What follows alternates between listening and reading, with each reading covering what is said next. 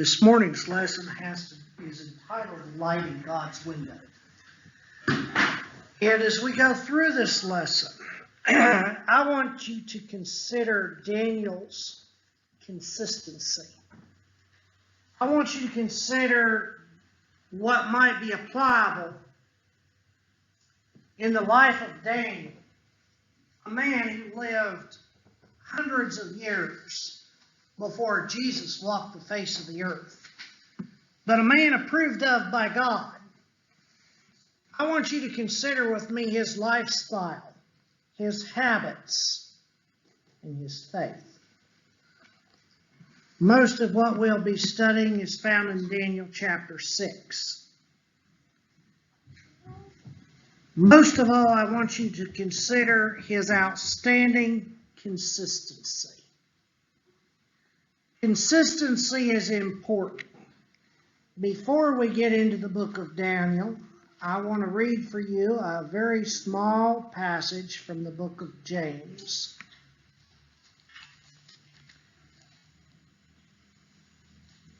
James says a double-minded man is unstable in all his ways.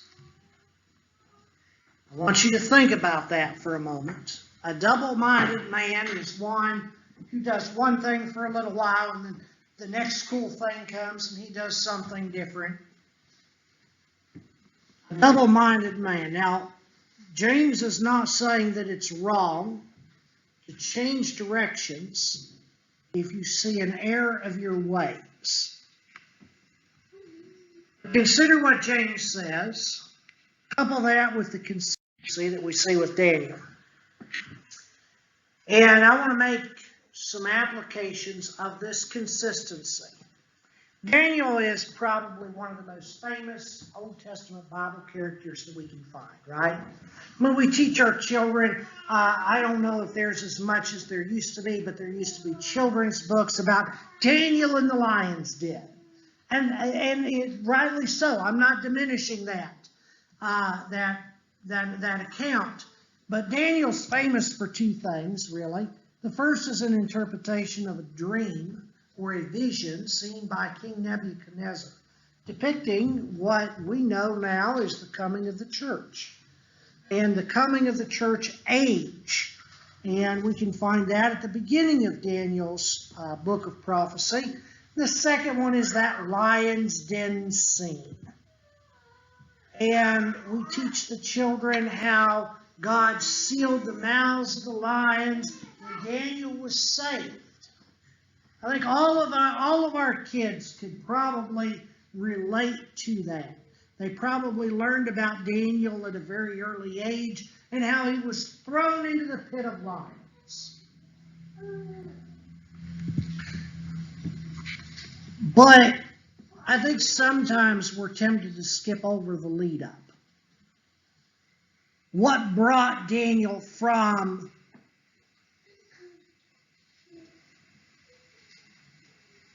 a foreigner, a prisoner,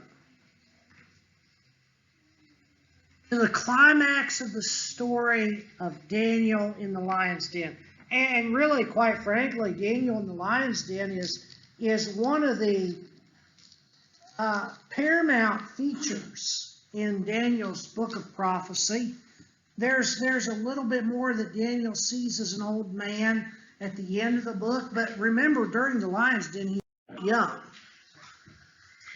And I want to introduce to you a man who has lived through a government takeover. Daniel first saw as a teenage boy his parents being killed in Jerusalem.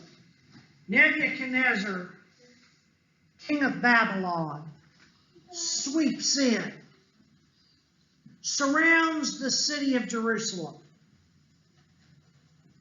to destroy and conquer. He breaks down the walls of Jerusalem. He destroys the temple built by Solomon. He kills most of the population, takes some captives of the more select, upper class youth back to Babylon to act as servants. Among them is a young man by the name of Daniel. Fast forward several years. We are now at the end of chapter 5, chapter 6 in Daniel, and Daniel has just lived through another governmental takeover. Nebuchadnezzar's been dead for years. His son or grandson, depending on which Bible scholar you look at, has taken over, and Daniel had served Nebuchadnezzar faithfully. But he's pretty much forgotten by Nebuchadnezzar's son, Belshazzar, until the night in which Belshazzar was killed by his enemies, in which Daniel made the prophecy of Belshazzar's destruction. Now, in chapter 6, we see a king by the name of Darius. Darius is king of the Chaldeans. They're not nice people. Chaldeans are just as wicked, or perhaps more wicked, than the Babylonians. But just as Daniel served King Nebuchadnezzar faithfully, and just as Daniel served Nebuchadnezzar's son or grandson, depending on your perspective, Belshazzar faithfully, so he also serves King Darius. He's 85 years old, and once again, he's in the spotlight. He kind of retired after Nebuchadnezzar died and Belshazzar took over the throne. Daniel kind of lost the spotlight. And I would say at 85 years old, he was probably good with that. Read with me, if you will, chapter 6, verses 1 through 3. It pleased Darius to set over the kingdom 120 satraps. Now, your version may or may not say presidents in here, I believe, to be throughout the whole kingdom, and over them 3 officials, of whom Daniel was one, to whom these satraps would give an account, so that the king might suffer no loss. Then this Daniel became distinguished above all the other high officials and satraps, because an excellent spirit was in him. The king planned to set him over the whole kingdom. And here we introduce a problem. Not a problem on Daniel's part, no. The Bible tells us that Daniel had an excellent spirit. His inner being, Daniel was good to the core.